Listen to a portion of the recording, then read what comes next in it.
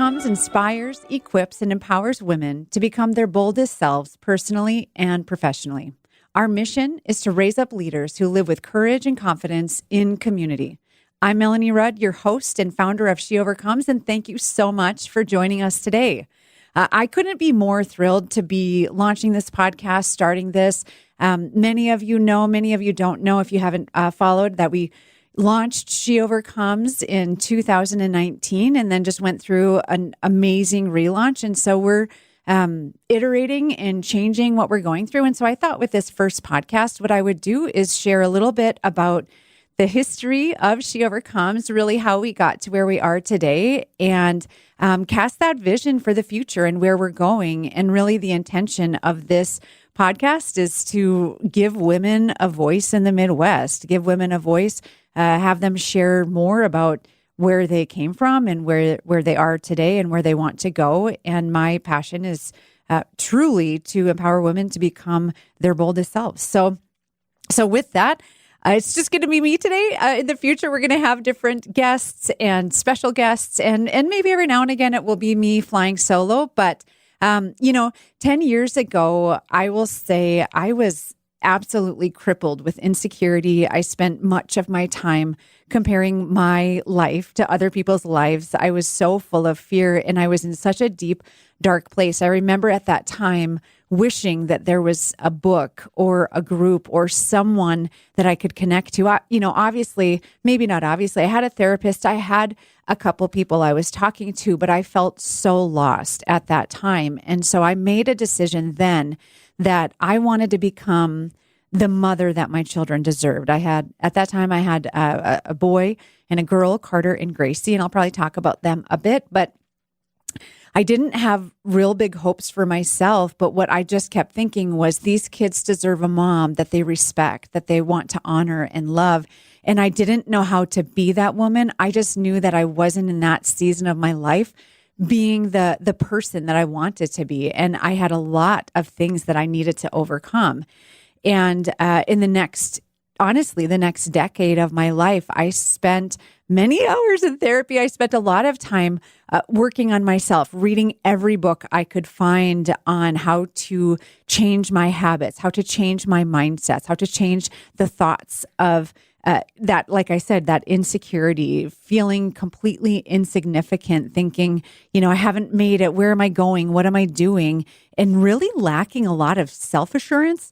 And so I went through a lot during that time to very much overcome the fears that I was looking at every single day. I was a woman who very much struggled with anxiety and panic, and made a decision in that season of my life that I would do every single thing that scared me, because I knew I was never going to get out of what I was going through if I didn't start stepping out of my comfort zone. And so, fast forward, in 2019, I was looking back to those years, and I had come a long way. I certainly hadn't arrived. I still haven't arrived. I think that we are all progressively growing. But in 2019, I remember thinking to myself, I think now is the time to do something. Now is the time. I had been writing a lot. I had been working a lot on how I would communicate the experiences that I had. And I had someone approach me, and she wanted me to do in a pageant. She wanted me to, do the international pageant for North Dakota. And I laughed out loud. I was just like, no, one, I'm not a pageant girl at all. And two, I wouldn't even know what to say. And what she said to me was, Melanie, if there was something you could speak about that you're passionate about for a year, what would that be? And that really was what got me thinking about those experiences that I had in the earlier part of my life, and the things that I did. And and that was the beginning of what now has become She Overcomes. Around that time, MasterCard had come out with a study stating that female-founded companies were increasing in the United States by about 21%, except in the state of North Dakota, where we were on the decline by 1.5%. Well, at that time, I had started a couple different businesses. I had some amazing mentors and people that I saw go before me do things like that. And I just thought, how weird. I'm not particularly brave. I'm not particularly courageous, but that's something I had done. And we live in a really, Fargo is an amazing community that is so friendly to entrepreneurs and new ideas and iterating those things. And so I got very curious about that. So I started to dig and did a ton of research around why women struggled in pursuit of scaling businesses, in pursuit of launching their ideas, and really just going for it and doing it messy. Essentially, as a recovering perfectionist, I'll say, I was very much someone who struggled with failure to launch because it was just never good enough. It was never perfect enough. And I didn't want to look stupid or incompetent. And so I became very curious, and I discovered then that Startup Nation had also come out with a study where they had pulled all these business owners. And what the business owners and entrepreneurs were saying were their top 3 reasons for not launching was that they lacked access to capital, access to an authentic community where they could essentially be their ugly selves. We go to networking events and we're pitching and we want to, pull on a client and we need to be confident. But what women were saying that they were lacking was a place that they could go and say, I don't know what I'm doing. I don't know how to read my P&L, or I don't know how to market my business and tell this story in a way that attracts new people. And so there was this piece of lacking that authentic community where they could, be their messy selves. And then finally, the third was that there was lack of access to mentors, and there's a lot of reasons for that. There's some really amazing places in our community where there are people you can reach out to, but there was just this lack of access to people who had been there, done that, gone through it. And so when we launched She Overcomes officially, it was 2020, right before the pandemic hit. And those were our pillars essentially of how can we help entrepreneurs in our community grow in identifying where and how to gain access to capital, creating that community and mentorship. And so we created this pilot project, this program, and had a number of women apply to the program. We were so grateful. We had amazing support from the community. And we went through a 9-month program with a number of women. And our goal was really to hit those 3 areas. When we finished that program, there were things that I really liked about it, and then there were some things that just didn't hit. It didn't hit home because when I started reflecting on the why behind why I wanted to launch something that supported women in equipping them, in growing them, and really serving the woman that I was 10 years ago, there's just a few things that didn't feel transformational. And so we took a pause. And it was an amazing year. We actually had this really awesome masquerade ball. And the idea behind it was we all wear masks. We all have to show up and be, the person that we need to be. You wear different hats. However you want to say it, metaphorically, we all wear masks. And I just wanted to create a space where we could take those masks off and offer a place of belonging. And Brene Brown is interesting. She talks about belonging is very different from fitting in. The opposite, she says, of belonging is fitting in because you're conforming to what you think the expectation of other people's are on you, those expectations. And so I wanted to create this place where people could be their authentic selves, where we could celebrate the accomplishments of women without comparison, without, competition in a sense. And at that masquerade ball, we were so, again, blessed by our community. We were able to offer 3 local women scholarships, I guess you could say, to invest into their companies. And so I think the first one won $3,000, second $2,000, the third was $1,000 to invest into her business.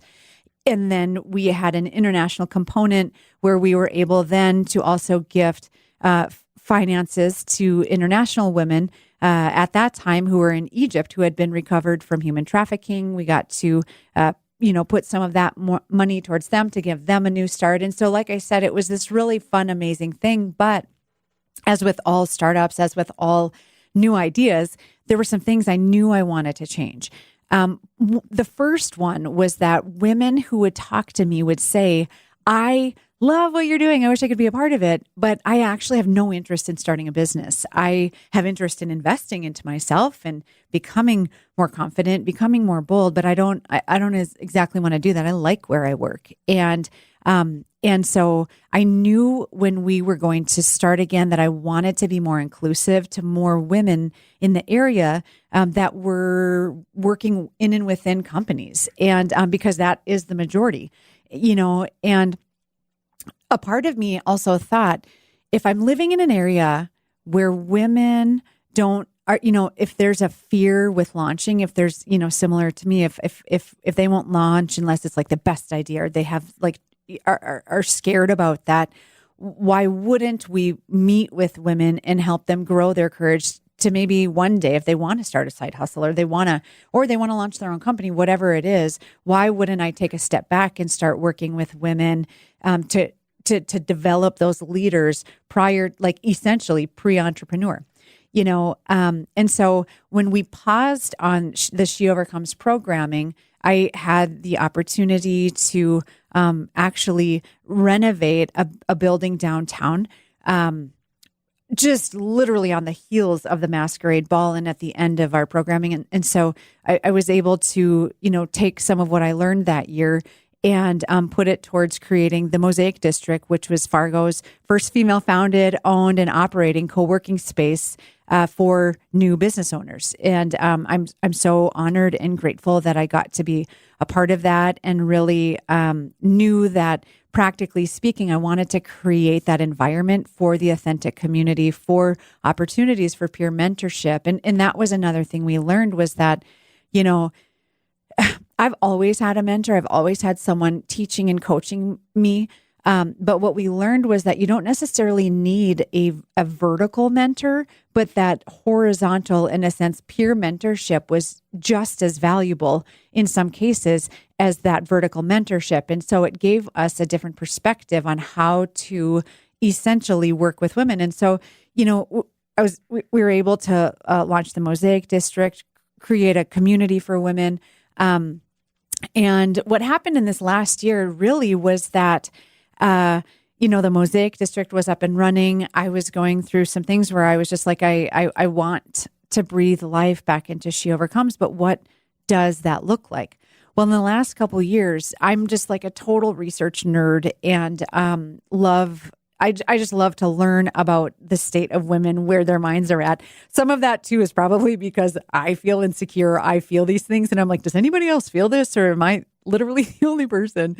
And so in the last year, in 2022, I would say I spent 22, 23 really digging deep into the issues that women were having in business and in their personal lives.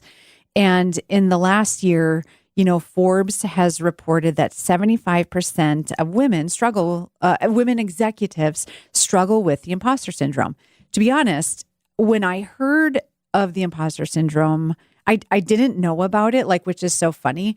I joke now, get out of my head, Forbes. That is actually just how I think and how I have lived, with really questioning myself a lot. And an area, like I said, that I've worked on in the last number of years has been really growing in self-assurance, knowing that I know what I'm talking about. I belong here. I have the credentials that have brought me here, but for some reason, I have found myself as a woman who is consistently second-guessed each decision. And then I lay in bed and I ruminate and I think about, I should have said this. I should have done that. I should have negotiated better. And I have this long list of shoulds.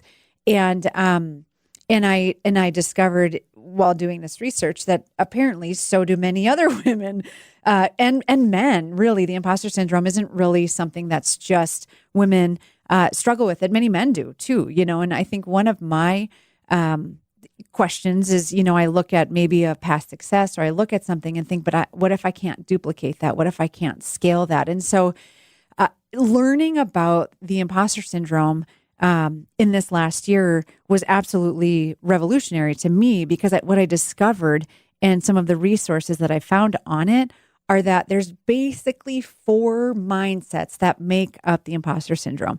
The first is shame. Actually, a lot of Brene Brown's research on shame really came out actually within the imposter syndrome, and its antidote, of course, is vulnerability. But a lot of that is just not hiding from the struggles, not hiding from the things. Instead, it's bringing it out to the light and creating that authenticity to be yourself and to be able to say, I don't know, I could use help, or to really lean into being able to communicate with other people where there's needs or where you need to delegate or whatever. So shame. The second is mistrust. I think with women, the mistrust really is less. I don't know. I'll speak for myself. I open-handedly trust most people. I think that's because my top strength is positivity, which the backsided weakness of positivity is it can come across as naivety. And so I oftentimes trust other people more with my big life decisions than I even trust myself, because for whatever reason, I'm constantly second guessing myself. And so that number 2 mindset really is mistrust. And within an organization, there's a lot of areas of mistrust. But if your leaders of an organization aren't trusting their guts and able to make a good decision in a heated moment, that's an issue. And actually statistically is costing businesses a lot of money. And so the third is actually this idea of powerlessness. It's sort of an inability, like this feeling that like I can't contribute the way I need to contribute, or this feeling of like it's just the system's fault. I guess this is what it is, And I find as a Midwestern woman, a lot of us are very passive. A lot of us are very passive aggressive. Then we do have those who are aggressive, and then you have the assertive. And of course, the most healthy of the communication styles is to be assertive.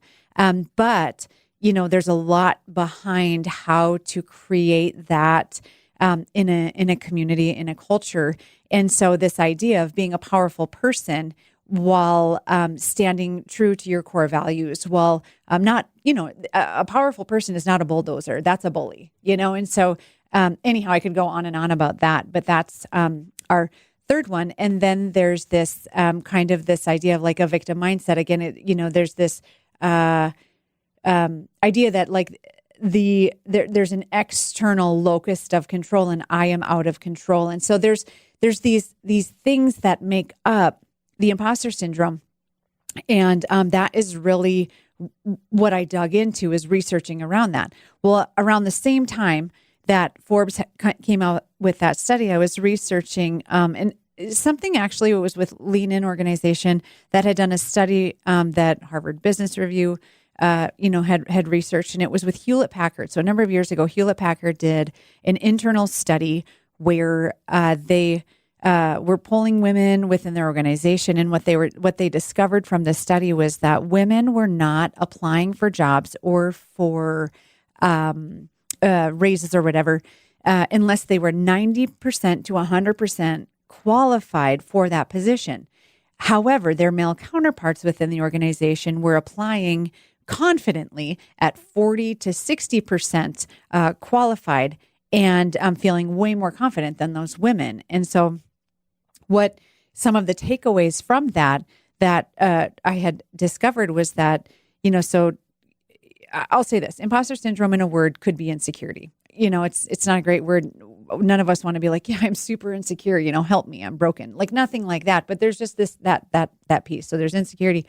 Well, that second study really, to me, indicated this idea that somehow women feel like their contribution is not as valuable or worth as much unless they can tick all those boxes.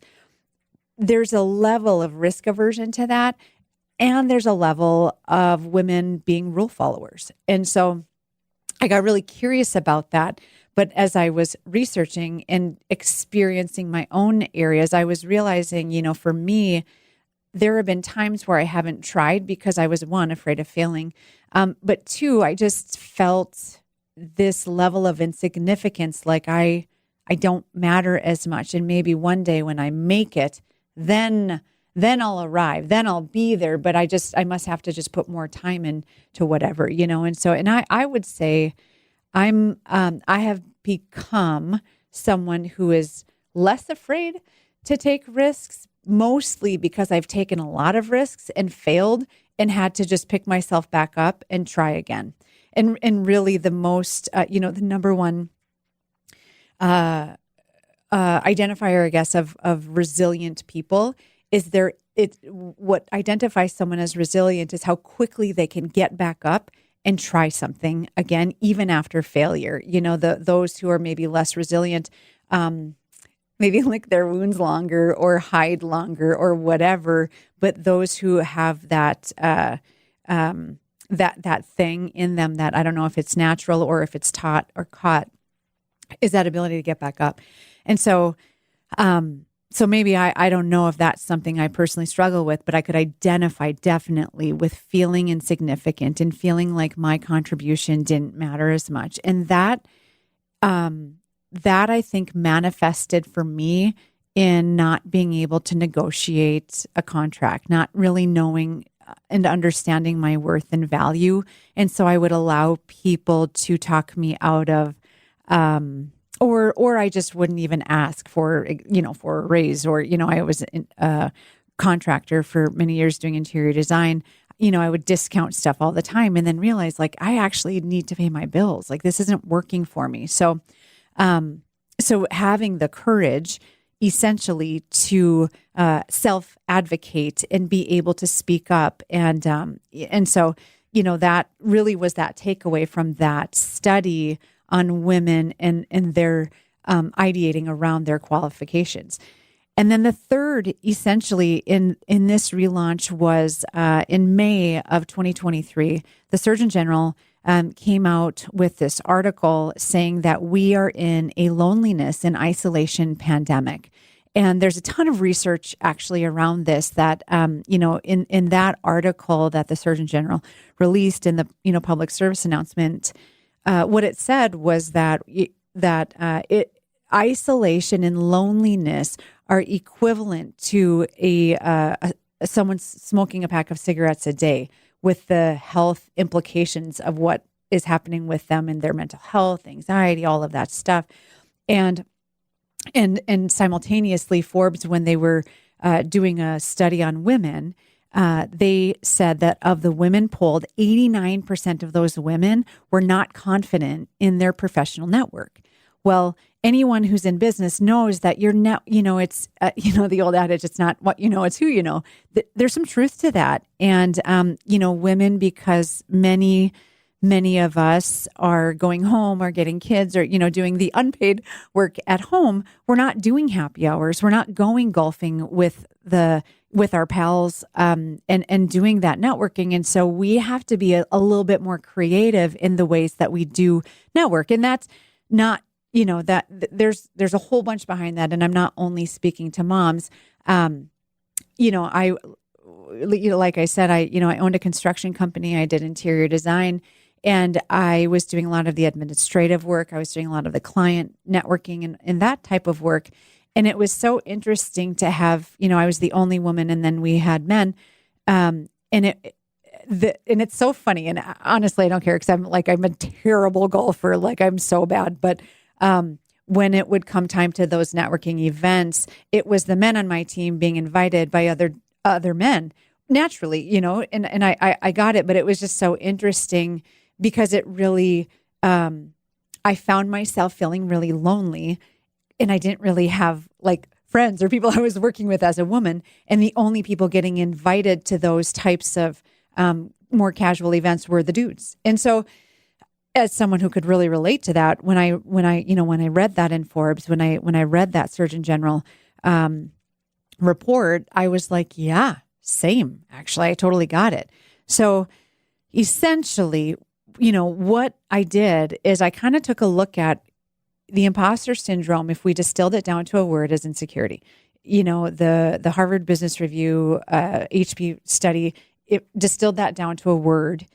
For me, I felt like, well, I related most in feeling kind of that insignificance. And then for me as a person, as a woman, definitely my tendency is to go into almost like hiding, like I go into isolation mode when I'm trying to figure something out. And then I want to reemerge when I'm like, ta-da, here it is. And so, my three I's, as I identified in this last year, was that insecurity, insignificant, and isolation. And so as I got more and more curious and did more reading and research and studying around this, the anecdotes, I guess you could say, or the opposite is of insecurity is confidence, of insignificance is courage. It's being able to take a risk. It's being able to show up. I love Brene Brown, and she talks about, being able to show up and be the person in the ring. And whether you're bloodied, you're bruised, whatever, and it's from this old Theodore Roosevelt quote, and being someone who is willing to continue to just put themselves out there even after they failed and get back up. And then that third piece really is community. And one of the things in that article from the Surgeon General said, we need to create social structures that are community focused and are places of belonging, not fitting in, but belonging, so that, as people, we're meant to be together. We're stronger together.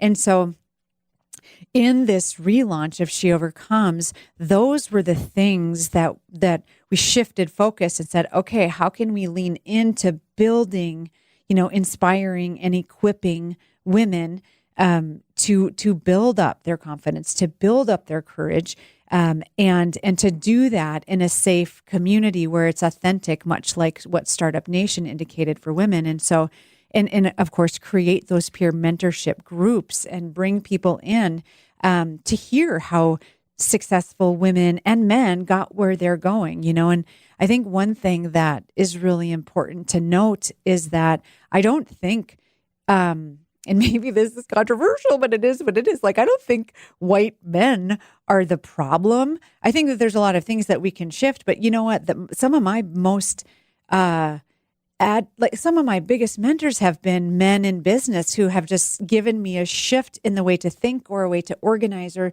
structure something. And I've been so grateful for that. So I don't actually think that men are the problem. I think there are systems that definitely need to be addressed.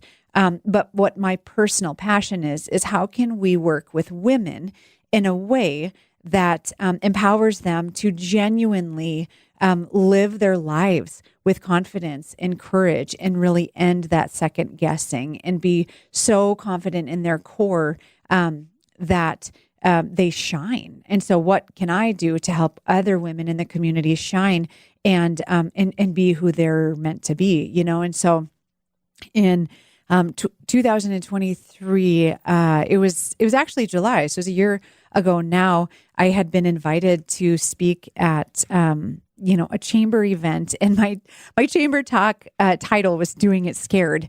And it was, some of my story and some of my personal and professional experiences of really overcoming fear and doing it scared, doing it messy, figuring it out. And I was so grateful to the chamber for that opportunity and the feedback I received from that, because while I hope it inspired a number of women to grow in these areas, what I realized was that I really needed to create practical application so that women could truly be equipped to overcome these obstacles, because we all know what it's like going to an event or a TED Talk where you're just inspired and you're like, I'm going to do it. I'm going to change. This is going to be so great. And then like a week later, you've lost all the momentum. You put your conference notebook in a pile of notebooks, and then we go back to our everyday lives. And then, and then for me, if you're like me, a year later, you find your journal and you're like, oh yeah, I'm still struggling with that. And so what I really appreciated was realizing I needed to make it very practical and break down some of the experiences that I personally had and really create a program that I could have used 10 years ago, so in a sense, for every year of things that I went through, I've created a chapter, I guess you could say, really to step into that space of overcoming these everyday struggles. And, most women probably aren't like me necessarily where they, I crashed hard. I really just fell apart and struggled big time. But, a lot of women are just maybe a mindset or two away from their next breakthrough. It's just a shift maybe in perspective, or maybe it's a new lens in which they see the world that can shift just enough for them to realize like, oh no, I got this. And so I really wanted to step into this space. And that was why, we created With She Overcomes, becoming bold leaders, and really this idea of, becoming the bold people that we're meant to be, we're equipped to be, but sometimes we don't. It's almost like you don't know you have a tool or a skill until someone shines a light on that, And so now in 2024, really stepping into this place of a 10-week program or an intensive, where we're addressing the lies really behind the imposter syndrome, the lies behind, that fear, because fear is such a liar, but most people's internal dialogue is so bad. It sounds funny, but I was taking a walk with a good friend of mine, and she was just verbally processing, how she felt like such a failure. She's gone through some hard stuff. And I don't know why I just had this thought, and I asked her, what if you were speaking, if you were me and your daughter was saying these things to you, what would you say to her? And she was like, I would tell her to be nicer to herself. And I'm like, yeah, that's what you need to do. Like the automatic negative thoughts that so many of us struggle with, really is what leads a lot of us to not taking those risks, to not doing it scared, I guess, as as I have said before, and leaning into who we really are. And so, the program itself, Becoming Bold Leaders, really is stepping into those mindsets that keep us small, unseen, maybe unheard. And it's not, there's a lot of organizations that want their women to lead with authority and confidence, and they don't always know how to uncover that. And so really, I am so thrilled to be having that, to have created this program to equip women to actually take the necessary steps and actions so that they can become their boldest selves and really raise up those leaders, and with the goal that these women then would raise up leaders within their organizations who continue to give that back, to continue to give, to offer those tools and those skill sets, so that women can very practically go through a program and recognize that she absolutely deserves to be where she's at. And there's so much more. There's just so much more. And so, right now we're looking, we're launching this Becoming Bold Leaders, the professional development courses, and that really lean into building courage and confidence in community. And then, we still have the nonprofit arm, which, you'll see us around. We'll be raising funds to help women who maybe are underprivileged or underserved, or in communities where they just don't have the funds to entirely invest into themselves. And so I was a kid who was raised by a single mom. And there was a time where, she was working multiple jobs and had 3 girls at home and would never have been able to afford this type of development that really could change her life. And I absolutely believe that when you educate a woman, you educate a family and you educate a legacy of people to see things differently. And so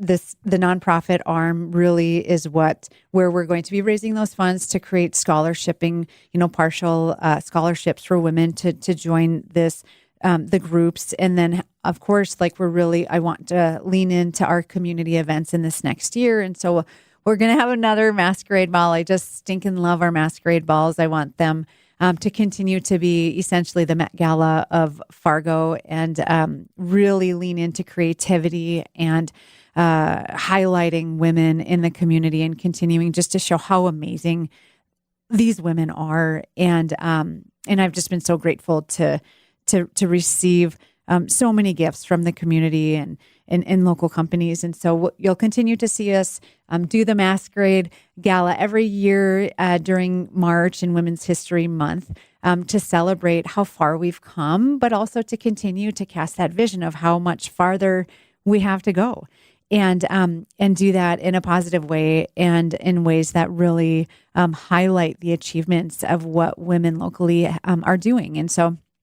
And then we'll be having a women's conference next year as well. So these are just things to look out for that will all, again, highlight local women, highlight the work of what women are doing here in this community. And I'd love to have that grow even further outside of, the Fargo, Moorhead, West Fargo area. Horace, of course, don't want to forget Horace. But this is the direction that we're going. I am just so grateful for all of the people that have joined us in this process. And you can stay tuned. Like I said, we'll be having a number of guests really highlighting their stories. I think storytelling is so important in learning from amazing mentors that maybe you don't get one-on-one time with, but we can interview them here and you can learn and glean of how they've grown, what they've done, where they came from, and create this community that really where we leave competition and comparison at the door and are genuinely, women empowering women. And so I'm so thrilled. I can't wait, you guys. I'm so excited. So I'm just going to say, I'm going to sign off here. You know where we were, you know where we're going. And I want to say thank you so much for joining us today. Of course, if you like the podcast, please go ahead and rate it and share with a friend. But there's going to be so much more to come. Thanks. Bye.